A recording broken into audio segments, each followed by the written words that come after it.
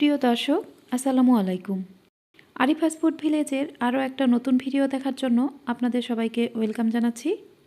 আজ আবারও হাজির হয়ে গেলাম চিকেনের খুবই মজাদার একটি রেসিপি নিয়ে। আমি আজ হার্ড চিকেন অথবা ডিম পাড়া মুরগি রান্না করব।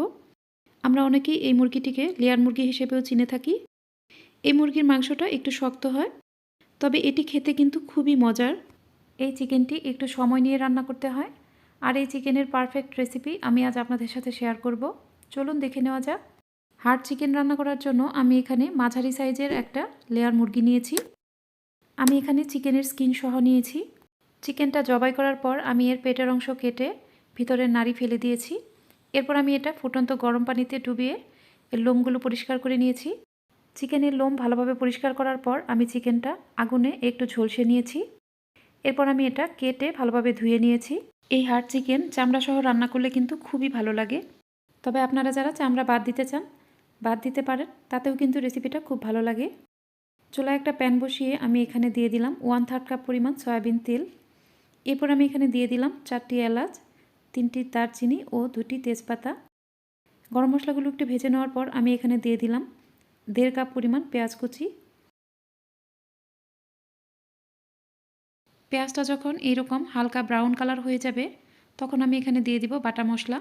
আমি এখানে 1.5 টেবিল চামচ রসুন বাটা দিয়ে দিব ও 1 টেবিল চামচ আদা বাটা দিয়ে দিব। বাটা মশলাগুলো আমি খুব ভালোভাবে কষিয়ে নেব, যেন আদা রসুনের যে একটা কাঁচা গন্ধ থাকে সেটা চলে যায়। মশলাগুলো খুব ভালোভাবে কষিয়ে নেওয়ার পর আমি এখানে কিছুটা পানি দিয়ে দিব। এরপর আমি এখানে গুঁড়া মশলা অ্যাড করব।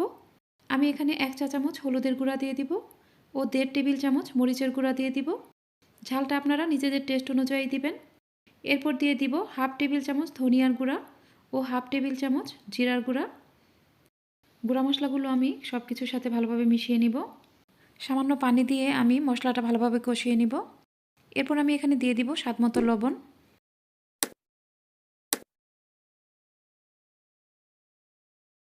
মশলাটা যখন খুব ভালোভাবে কষানো হয়ে যাবে, তখন আমি এখানে চিকেন দিয়ে দিব।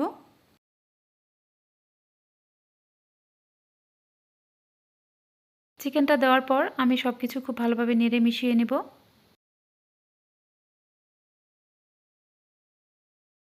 এরপর আমি প্যানটা ঢাকনা দিয়ে ঢেকে দিব।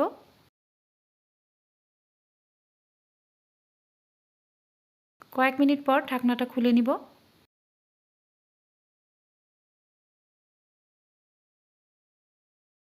চিকেনটা খুব ভালোভাবে নেড়ে দিব এবং এ পর্যায়ে আমি এখানে 7-8টি আস্ত আলু দিয়ে দিব। এরপর আবারও আমি খুব ভালোভাবে নেড়েচেড়ে মিশিয়ে নিব এবং ঢাকনা দিয়ে ঢেকে দিব। এভাবে আমি কিছুক্ষণ পর পর ঢাকনা খুলে নেড়ে দিব এবং চিকেনটা খুব ভালোভাবে কষিয়ে নিব।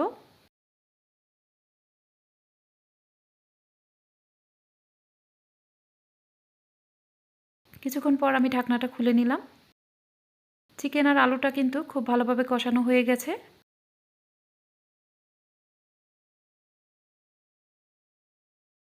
এবার আমি এখানে ঝোল দিয়ে দিব। আমি এখানে 4 কাপ পরিমাণ পানি দিয়ে দিব। যেহেতু এটা ডিম পাড়া মুরগি, তাই এই চিকেনটা সেদ্ধ হতে কিন্তু একটু সময় লাগবে, তাই এখানে পানির পরিমাণটা একটু বেশিই দিতে হবে। আমি চুলার মিডিয়াম আঁচে চিকেনটা 20 মিনিট রান্না করব। ফিরে এলাম 20 মিনিট পর।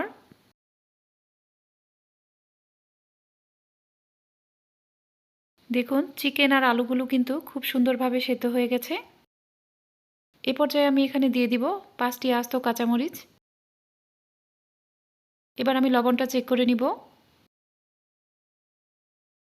আমার কাছে এখানে লবণটা একটু কম মনে হয়েছিল, তাই আমি এখানে কিছুটা লবণ দিয়ে দিলাম। এবার আমি প্যানটা আবারও ঢাকনা দিয়ে ঢেকে দিব 3 মিনিটের জন্য। ফিরে আসছি 3 মিনিট পর। 3 মিনিট পর আমি ঢাকনাটা খুলে নিলাম। রান্নাটা কিন্তু হয়ে গেছে। এ পর্যায়ে আমি এখানে আধা চা চামচ গরম মশলার গুঁড়া অ্যাড করব। গরম মশলার গুঁড়া দেওয়ার পর আমি প্যানটা 10 সেকেন্ডের মতো চুলার উপর বসিয়ে রাখব। এরপর আমি চুলাটা অফ করে দিব। চিকেনটা কিন্তু রান্না হয়ে গেছে। এখন আমি এটা গরম গরম সার্ভ করে নিব। হয়ে গেল আমার খুবই মজাদার হার্ড চিকেন রান্না। আপনারা অবশ্যই এটি বাসায় ট্রাই করবেন, দেখবেন এর স্বাদ আপনার মুখে লেগে থাকবে। আর আমার আজকের এই রেসিপিটি আপনাদের কাছে যদি একটু হলেও ভালো লেগে থাকে, তাহলে প্লিজ আমাকে সাপোর্ট করবেন। আর আমাকে সাপোর্ট করতে হলে আমার চ্যানেলটি সাবস্ক্রাইব করবেন, অবশ্যই পাশে থাকা বেল আইকনটি প্রেস করে দিবেন এবং লাইক, কমেন্ট ও শেয়ার করতে ভুলবেন না। আপনারা আমার পাশে থাকলে আমি অনেক দূর এগিয়ে যেতে পারবো ইনশাআল্লাহ। আজ এ পর্যন্তই, সবাই ভালো থাকবেন। আল্লাহ হাফেজ।